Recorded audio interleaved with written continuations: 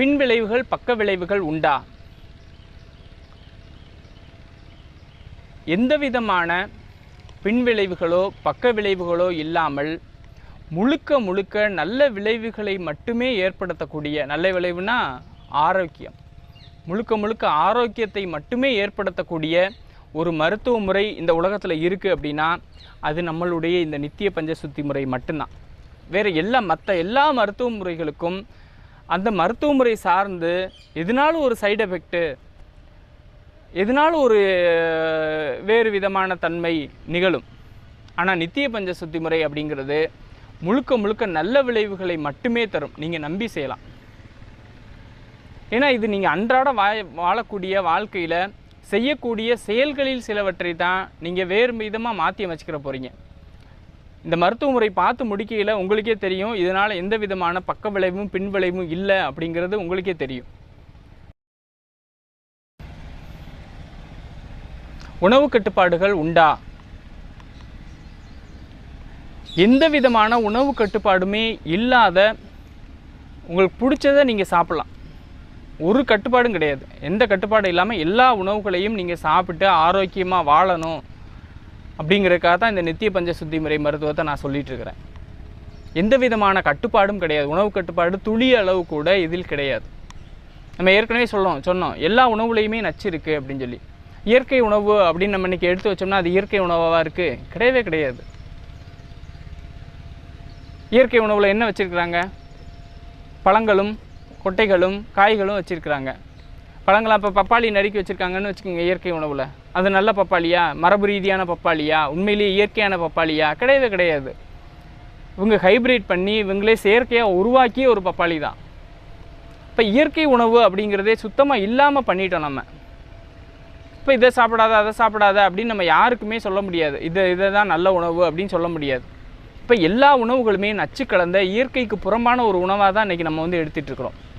இந்த எல்லா உணவுகள்லையுமே இருக்கக்கூடிய நச்சுக்களை வெளியேற்றக்கூடிய நுட்பம் தான் இந்த நித்திய பஞ்சசுத்தி முறை. அதனால் ஒன்றும் பயப்பட வேண்டிய அவசியமே இல்லை. உங்களுக்கு பிடிச்சதை நீங்கள் சாப்பிட்லாம். இதுக்கு எந்த விதமான உணவு கட்டுப்பாடும் இல்லை. இப்போ இந்த உணவு கட்டுப்பாடு அப்படின்னு நம்ம இப்போ பேசுகிறோம் இல்லையா, இந்த இடத்துல நம்ம ஒரு விஷயத்தை நம்ம புரிஞ்சுக்கணும். உணவுன்னா என்ன, எது உணவு அப்படின்னு. உணவு ரீதியான மனிதனுக்கான உணவு எது அப்படிங்கிறத பற்றி நம்ம தெரிஞ்சுக்கிட்டோம்னா இந்த மருத்துவ முறையை நம்ம புரிஞ்சுக்கிறதுக்கு வசதியாக இருக்கும். அதனால தான் நான் இதை சொல்கிறேனே ஒழிய உங்களுக்கு உணவு கட்டுப்பாடு வரணும், உணவு கட்டுப்பாடோடு இருக்கணும் அப்படிங்கிறதுக்காக சொல்லலை. சரி, மனிதனுக்கான உணவு என்ன அப்படின்னு நம்ம பார்க்கணும். அப்படின்னா இதுக்கு மனிதனுடைய உடல் கூறியல் என்ன அப்படிங்கிறத பற்றி நம்ம தெரிஞ்சுக்கணும். இப்போ உதாரணத்துக்கு நம்ம மனுஷனுக்கு இரைப்பை, எத்தனை இரைப்பை இருக்குது? ஒரு இரைப்பை தான் இருக்குது. ஆனால் ஆடு மாடுக்கெல்லாம் எத்தனை இரைப்பை இருக்குது? 2 இரைப்பை இருக்குது. சிங்கம்புலிக்கெல்லாம் 4 இரைப்பை இருக்குது. பாம்புக்கெல்லாம் உடம்பு முழுவதுமே இரைப்பை தான். பாம்பு ஒரு பொருளை என்ன பண்ணும்? முழுங்கும். சிங்கம் என்ன பண்ணும்? திங்கும். இப்போ ஒரு ஆடு மாடை அடித்து சிங்கம் தின்னு பிடிச்சி அப்படின்னு நம்ம சொல்கிறோம். மாடு என்ன பண்ணும்? மேயும். புல்வெளியில் போய் மாடு மேய்ஞ்சிட்டு வந்துருச்சு அப்படின்னு சொல்லுவோம். மேய்ஞ்சிட்டு அசை போட்டு வெளியில் கொண்டு அசை போட்டு மறுபடியும் இன்னொரு இரைப்பைக்கு அனுப்பி இந்த மாதிரி அது அதனுடைய இரைப்பை முறை இருக்கும். ஆனால் மனிதன் சாப்பிடுவான். மனிதனுக்கு ஒரே ஒரு இரைப்பை தான் இருக்குது. அந்த ஒரு இரைப்பைக்கான உணவு எது அப்படின்னு நம்ம பார்க்கணும். இப்போ இந்த இரைப்பை அடிப்படையாக வச்சு நம்ம மனித உடற்கூறியலை பார்த்தோம். நுரையீரலை அடிப்படையாக வச்சு நம்ம பார்ப்போம். நுரையீரல் 4ஆக பகுக்கப்பட்ட 2 நுரையீரல் மனிதனுக்கு இருக்குது. ஆனால் விலங்குகளுக்கெலாம் அப்படி கிடையாது. ஒரு நுரையீரல் தான் இருக்குது. இரைப்பைக்கு அப்படியே எதிர்ப்பதமாக ஆப்போசிட்டாக விலங்குகளுக்கும் மனிதனுக்கும் ஆப்போசிட்டாக அமைஞ்சிருக்கும். எதிர்ப்பதமாக அமைஞ்சிருக்கும். இப்போ விலங்குகளுக்கு ஒரே ஒரு நுரையீரல் தான் இருக்குது. மனிதனுக்கு 4ஆக பகுக்கப்பட்ட 2 நுரையீரல் இருக்குது. ஏன் அப்படின்னா மனிதன் காற்றை அடிப்படையாக கொண்டு அதாவது பிராணவாயுவை அடிப்படையாக கொண்டு காற்றை அடிப்படையாக கொண்டு வாழ பிறந்தவன். மனிதனுக்கு முதல் உணவு எது அப்படின்னா காற்று தான் முதல் உணவு. காற்றுக்கு அடுத்து ஒரே ஒரு இரைப்பைக்கு, அதுவும் அவன் கையளவே உள்ள இரைப்பைக்கு தேவையான உணவு என்ன அப்படின்னா பழங்களும் கொட்டைகளும். உணவு அப்படின்னு எடுத்துக்கிட்டோம் அப்படின்னா முதல் உணவு காற்று, 2ஆம் உணவு பழங்களும் கொட்டைகளும். இது போதும் ஒரு மனிதன் ஆரோக்கியமாக இருப்பதற்கு. ஆனால் நாம் என்ன பண்ணுறோம்? பழமும் கொட்டையும் மட்டுமா சாப்பிட்டு வாழ்கிறோம்? அப்படியெல்லாம் கிடையவே கிடையாது. அடுத்து என்ன பண்ணிட்டோம், நம்மளுடைய அடுத்த உணவு கட்டத்துக்கு போயிட்டோம். உணவு தடம் புரண்டு அடுத்த கட்டத்துக்கு போயிடுச்சு. அடுத்த கட்டம் என்ன அப்படின்னா கலாச்சார உணவுகள் அப்படின்னு ஒன்று உருவாச்சு. கலாச்சார உணவுனா என்ன அப்படின்னா, இப்போ நம்ம தமிழ் கலாச்சார உணவு, தமிழ் கலாச்சார உணவுகள் என்ன, இந்த மண் சார்ந்து இந்த தட்பவெட்ப நிலை சார்ந்து உணவுகள் உருவாச்சு. இந்த பூமியில் நீர்மமான உணவு, பச்சரிசி கஞ்சி, கூழ், கேழ்வரகு கூழ், கம்மங்கூழ், கம்மந்தண்ணி,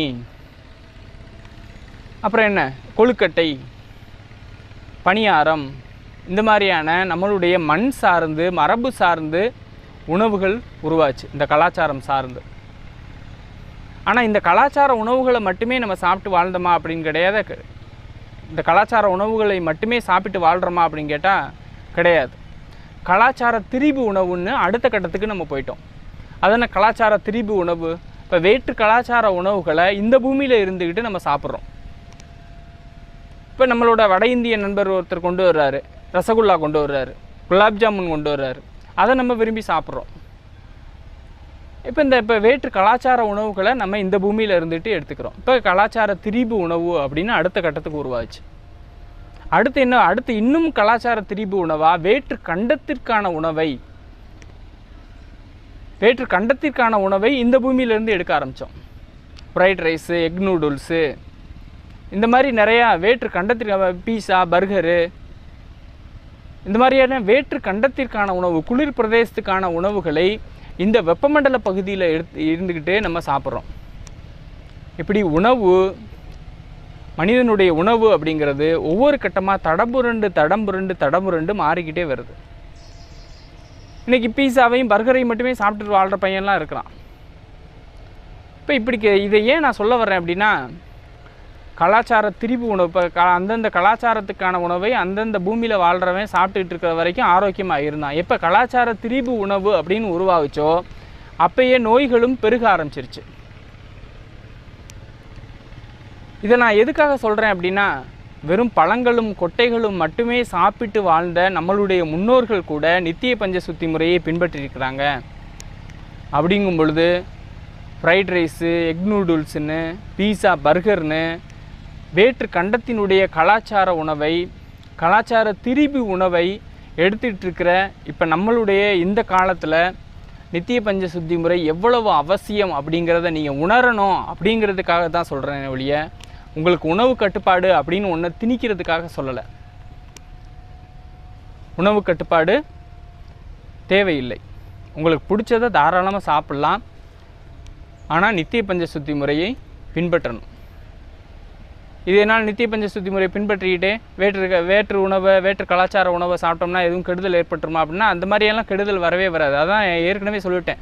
முழுக்க நல்ல விளைவுகளை மட்டுமே உள்ள ஒரு மருத்துவ முறை இருக்குது அப்படின்னா அது நம்மளுடைய இந்த நித்திய பஞ்ச சுத்தி முறை மட்டுமே. அதனால் ஒன்றும் பயப்படாதீங்க. எந்த விதமான உணவு கட்டுப்பாடும் கிடையாது. அதே மாதிரி பத்தியமும் கிடையாது. இதுக்கு சித்த மருத்துவம் சொல்கிறேன், சித்தர்கள் சொன்ன மருத்துவம்னு சொல்கிறேன், பத்தியம் இருக்குமோ அப்படின்லாம் நீங்கள் பயப்பட வேண்டிய அவசியம் இல்லை. இப்போ நான் சொல்கிறது சித்தர்கள் சொன்ன சுத்த மருத்துவம். இந்த மருத்துவத்தில் எந்த விதமான பக்க விளைவு கிடையாது, எந்த விதமான கட்டுப்பாடுகளும் கிடையாது, எந்த விதமான பத்தியமும் கிடையாது. உங்களுக்கு பிடிச்சதை தாராளமாக நீங்கள் சாப்பிட்லாம். மதுபானம் அருந்துபவர்கள், புகைப்பிடிப்பவர்கள் நித்திய பஞ்சசுத்தி முறையை பின்பற்றலாமா? கண்டிப்பாக பின்பற்றணும்.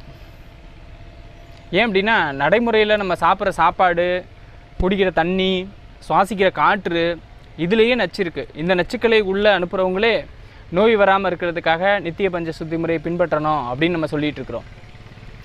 அப்போ நீங்கள் புகை மூலமாகவோ அல்லது மது மூலமாகவோ அதிகப்படியான ஒரு நச்சை உங்கள் உடம்புக்குள்ளே அனுப்புகிறீங்க அப்படின்னா நீங்கள் மிக மிக அவசியமாக நித்திய பஞ்ச சுத்தி முறையை பின்பற்றணும்.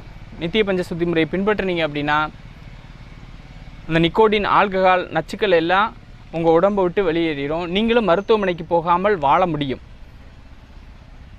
அதே நேரத்தில் நீங்கள் மற்ற மனிதர்களை காட்டிலும் அதிகப்படியான ஒரு நச்சை நீங்கள் உள்ளே அனுப்புறதுனால 6வதாக ஒரு சுத்தி முறையை நீங்கள் தெரிஞ்சுக்கணும். இந்த 6வது ஒரு சுத்தி முறையை நான் போக யோகம் அப்படிங்கிற ஒரு காட்சி பதிவில் நான் சொல்லியிருக்கிறேன். அதை நீங்கள் வந்து தெரிஞ்சுக்கலாம். அல்லது இந்த நித்திய பஞ்சசுத்தி முறையை பற்றி சொல்லி முடித்ததுக்கு பின்னாடி உங்களுக்கு தனியாக நான் அந்த 6வது சுத்தி முறையை பற்றி விளக்கி சொல்கிறேன். இப்போ நம்ம நித்திய பஞ்சசுத்தி முறையை பற்றி தொடர்ந்து நம்ம பார்க்கலாம். அலோபதிக், அதாவது ஆங்கில மருத்துவ முறையின்படியோ அல்லது வேறு ஏதாவது மருத்துவ முறைகளின்படியோ சிகிச்சை எடுத்துக்கொண்டிருப்பவர்கள் நித்திய பஞ்சசுத்தி முறையை பின்பற்றலாமா? கண்டிப்பாக பின்பற்றணும். கண்டிப்பாக பின்பற்றினீங்கன்னா மட்டும்தான் அந்த நோயிலிருந்து முழுமையாக உங்களால் விடுபட முடியும். இப்போ உங்களுக்கு ஒரு பயம் வரும். நீங்கள் வேறு எதனாலும் ஒரு மருத்துவ முறையை பின்பற்றிட்டு இருக்கீங்க, உங்களுடைய நோயிலிருந்து மீண்டு வர்றதுக்கு வேறு மருத்துவ முறையை பின்பற்றிட்டு இருக்கீங்க. இப்போ நித்திய பஞ்சசுத்தி முறையை நம்ம அதிகப்படியாக பயன்படுத்தினா எதனாலும் பக்க விளைவு, பின் விளைவு அந்த மாதிரி எதனாலும் வந்துருமா அப்படின்னு ஒரு பயம் இருக்குது. அந்த பயத்தினால தான் இந்த கேள்வி உருவாகுது. அப்படிலாம் பயப்பட வேண்டிய அவசியமே இல்லை. எந்த சூழலிலும் எந்த சூழ்நிலையிலும் நித்திய பஞ்சசுத்தி முறை உங்களுக்கு தீங்கு செய்யாது. நான் சொல்கிறது மருத்துவம் அப்படிங்கிறது நான் நல்லா தெரிஞ்சு தான் சொல்லிகிட்ருக்கிறேன். ரொம்ப கவனமாக சொல்லிகிட்ருக்கிறேன். நான் சொல்லக்கூடிய மருத்துவத்தில் 1% கூட தீங்கு வந்துடக்கூடாது அப்படிங்கிறதுல ரொம்ப ரொம்ப ரொம்ப ரொம்ப கவனமாக இருக்கிறேன். நம்ம பெரியவங்க சொன்ன விஷயங்கள் எல்லாத்தையும் உள்வாங்கி நான் சொல்லிகிட்ருக்கிறேன். உள்வாங்கி மட்டும் சொல்லலை, என்னுடைய உடம்பு தான் எனக்கு வந்து பரிசோதனை கூடம், லேப். என்ன நானே பரிசோதிச்சுக்கிட்டு இது எந்த விதமான தீங்கும் செய்யாது அப்படின்னு முடிவு பண்ண பிறகு தான் நான் சொல்லிகிட்ருக்கிறேன். நான் சொல்கிறதுல 1% கூட தீங்கு இருக்காது. நீங்கள் நம்பி தாராளமாக பின்பற்றலாம். அலோபதிக் மருத்துவம் பின்பற்றிட்டு இருக்கீங்க, சிகிச்சை எடுத்துக்கிட்டு இருக்கீங்க அப்படின்னாலும் நீங்கள் தாராளமாக பின்பற்றலாம். பின்பற்றிட்டு இருந்தீங்க அப்படின்னா சீக்கிரமாக நோயிலிருந்து மீண்டு வருவீங்க. ஆஸ்துமாவுக்குலாம் நிறையா மாத்திரை கொடுத்துட்டே இருக்காங்க. அலோபதிக் மருத்துவத்தில் சிகிச்சை பண்ணிகிட்ருக்கீங்க. நீங்கள் கண்டிப்பாக நித்திய பஞ்சசுத்தி முறையை பின்பற்றணும். பின்பற்றினா தான் அவங்க நோயை போக்குறதுக்காக நோயை ஏற்படுத்தும் விதமாக நிறைய மாத்திரைகளை கொடுக்குறாங்க இல்லையா, அந்த நச்சுக்கள்ல இருந்தும் உங்களை காப்பாற்றும். அதே நேரத்தில் உங்களுக்கு ஒரு நண்பருக்கு ஒருத்தருக்கு ஆஸ்மான்னு வச்சுக்கோங்க. அவர் அலோபதிக் மருத்துவமே எடுத்துக்கிறாம இந்த நித்திய பஞ்சசுத்தி முறை எடுத்துக்கிட்டாரு அப்படின்னா கண்டிப்பாக அதன் மூலமாக அவர் அந்த நோயிலிருந்து முழுமையாக மீண்டு வர முடியும். எந்த ஒரு நோயை நீங்கள் எடுத்துக்கிட்டிங்கனாலும் முதல்ல அந்த நோயினுடைய தீவிரத்திலிருந்து இந்த மருத்துவ முறை கட்டுப்படுத்தும். அந்த நோயினுடைய வளர்ச்சியை தடுக்கும். பிறகு அந்த நோயை முழுமையாக குணமாக்கும். அதனால் நீங்கள் எந்த சூழலில் இருந்தாலும் தைரியமாக நீங்கள் வந்து இந்த நித்திய பஞ்சசுத்தி முறையை எடுத்துக்கலாம். சில பேர் பயப்படுவாங்க, அறுவை சிகிச்சை செஞ்சுருக்கிறோமே இந்த நித்திய பஞ்சசுத்தி முறை பின்பற்றலாமா? கண்டிப்பாக பின்பற்றணும். அறுவை சிகிச்சை பண்ணியிருந்தாலும் சரி, இப்போ சிசேரியன் முறையில் சில பேர் குழந்தை பெற்றிருப்பாங்க. அந்த மாதிரி குழந்தை பெற்றிருந்தாலும் கண்டிப்பாக நித்திய பஞ்சசுத்தி முறையை பின்பற்றலாம். அதனால் எந்த விதமான தீங்கும் துளி அளவு கூட ஏற்படாது. நித்திய பஞ்சசுத்தி முறை என்றால் என்ன? நித்திய பஞ்சசுத்தி முறைனா தினம் தினம் செய்யக்கூடிய 5 விதமான செயல்கள். நம்ம உடம்பை வந்து சுத்தப்படுத்திக்கிறதுக்காக நமக்கு நாமே தினம் தினம் செய்யக்கூடிய 5 விதமான செயல்கள். நித்திய அப்படின்னா தினம் தினம்னு அர்த்தம். பஞ்சன்னா 5ன்னு அர்த்தம். சுத்தி அப்படின்னா சுத்தம் அப்படின்னு அர்த்தம். முறை அப்படின்னா மெத்தடு, முறை அப்படின்னு அர்த்தம். 5 விதமான சுத்தப்படுத்தும் செயல்களை பயன்படுத்தி நம்ம உடம்பை நாம் சுத்தப்படுத்துகிறோம். சுத்தம்தான் ஒரு அருமையான மருத்துவம். அந்த சுத்தம் பண்ணக்கூடிய அந்த சுத்த மருத்துவத்தை பற்றி தான் நாம் வந்து இப்போ தெரிஞ்சுக்கிற போகிறோம். தினம் தினம் செய்யக்கூடிய மருத்துவம் என்றால் இடையில் நிறுத்தி திரும்பவும் செய்யலாமா? கண்டிப்பாக தினம் தினம் செய்யக்கூடிய மருத்துவம் அப்படின்னு சொன்னாலே உங்களுக்கு ஒரு பயம் வந்திருக்கும். உடலை நிறுத்திட்டு மறுபடியும் தொடர்ந்து செய்யலாமா அப்படின்னு. தாராளமாக செய்யலாம், அதில் ஒன்றும் தப்பே கிடையாது. ஆனால் நீங்கள் நிறுத்த வேண்டிய அவசியம் இல்லை. ஒரு நல்ல செயலை, நம்ம உடம்பை சுத்தப்படுத்தக்கூடிய ஒரு நல்ல செயலை நம்ம நிறுத்திட்டு மறுபடியும் பின்பற்றணும் அப்படிங்கிற அவசியமே இல்லை. தாராளமாக தினம் தினம் செய்யலாம். அதற்கு உங்களுடைய வாழ்க்கையும் நேரமும் ஒத்துழைக்கும். அது எப்படி அப்படிங்கிறத நம்ம வரிசையாக அடுத்தடுத்த கேள்விகளில் நம்ம வந்து பார்க்கலாம். நித்திய பஞ்ச சுத்தி முறையை எந்த நேரத்தில் செய்வது? நித்திய பஞ்ச சுத்தி முறை செய்வதற்கு எவ்வளவு நேரம் ஆகும்? நித்திய பஞ்ச சுத்தி முறையை எந்த நேரத்தில் செய்யணும் அப்படின்னா, அதிகாலையில் செய்யணும் அப்படின்னு சொல்லுவாங்க. இப்போ நம்ம பாட்டன் பூட்டன் சித்தர்கள் எல்லோரும் அந்த காலத்தில் வாழ்ந்தாங்க. இப்போ நம்மளுடைய வாழும் காலம் வேறு, அவங்க காலம் வேறு. அவங்க காலத்தில் அதிகாலை 4 மணிக்கு எந்திரிச்சு செஞ்சாங்க. நம்மளும் அதே மாதிரி அதிகாலை 4 மணிக்கு எந்திரிச்சு செய்ய முடியுமா அப்படின்னு கேட்டால் செய்ய முடியாது. சில பேருக்கு செய்ய முடியும், அவங்களுடைய வாழ்க்கை சார்ந்து. ஏன்னா இன்றைக்கி வாழக்கூடிய இந்த வாழ்க்கை முறை இருக்கு இல்லையா, லைஃப் ஸ்டைல் எல்லோருக்கும் வேறு வேறு விதமாக இருக்குது. இப்போ ஒரு குடும்பத்தில் 4 பேர் இருக்காங்க அப்படின்னா 4 பேரும் 4 விதமான வாழ்க்கை முறையில் 4 விதமான லைஃப் ஸ்டைலில் வாழ்கிறாங்க. இப்போ உதாரணத்துக்கு அப்பா எடுத்துக்கோங்க. அப்பா வந்து கவர்மெண்ட் ஜாப்பில் வேலை பார்ப்பார், ஒரு வாத்தியாராக இருக்கிறாரு அப்படின்னு வச்சுக்கோங்க. அவர் அதிகாலையில் எந்திரிக்கலாம், 4 மணிக்கு எந்திரிச்சு நித்திய பஞ்ச சுத்தி முறையெல்லாம் செஞ்சு முடிச்சுட்டு அவர் பள்ளிக்கு போயிட்டு வரலாம். ஆனால் பையன் பார்த்தீங்க அப்படின்னா ஷிஃப்ட் முறையில் வேலைக்கு போயிட்டுருப்பான். நைட் ஷிஃப்ட்டு, ஆஃப் நைட்டு, இந்த மாதிரி போயிட்டுருப்பான். அப்போ பையனை நீ அதிகாலை 4 மணிக்கு எந்திரிச்சு தான் செய்யணும் அப்படின்னு நம்ம யாரும் கட்டாயப்படுத்த முடியாது. அதனால் நித்திய பஞ்ச சுத்தி முறை செய்யக்கூடிய நேரம் என்ன அப்படிங்கிறத உங்களுடைய வாழ்க்கை முறை சார்ந்து நீங்கள் தான் முடிவு பண்ணணுமே ஒழிய, இந்த நேரத்தில் தான் செய்யணும் அப்படின்னு நான் வந்து உங்களை கட்டாயப்படுத்த முடியாது, யாரும் கட்டாயப்படுத்தவும் மாட்டாங்க. அதனால் உங்களுடைய வாழ்க்கை முறை சார்ந்து நீங்களே முடிவு பண்ணிக்கோங்க எந்த நேரத்தில் செய்யலாம் அப்படின்னு. உடனே இதுக்கும் ஒரு கேள்வி கேட்பீங்க. என்ன கேள்வி கேட்பீங்க அப்படின்னா, சித்தர்கள்லாம் 4 மணிக்கு செஞ்சாங்க, இப்போ நம்மளும் 4 மணிக்கு செய்யலைன்னா தப்பாயிராத அந்த மருத்துவ முறை அப்படின்னு கேட்பீங்க. அதெல்லாம் தப்பாயிராது. நம்ம சுவாமியை போற்றும் பொழுது இறை வணக்கத்தில் நான் பாடியிருப்பேன், தீந்தமிழ் சைவ மரபே போற்றி திருந்திய சைவ நெறியே போற்றி அப்படின்னு. அதாவது திருந்திய சைவ நெறியே போற்றி அப்படின்னா, திருந்திய அப்படின்னா தப்பு செஞ்சுட்டு திருந்திய கிடையாது, காலத்திற்கேற்ற மாதிரி திருந்திய. இப்போ என்னுடைய பாட்டன்மாரும் சைவ நெறியாளன் தான், நானும் சைவ நெறியாளன் தான்.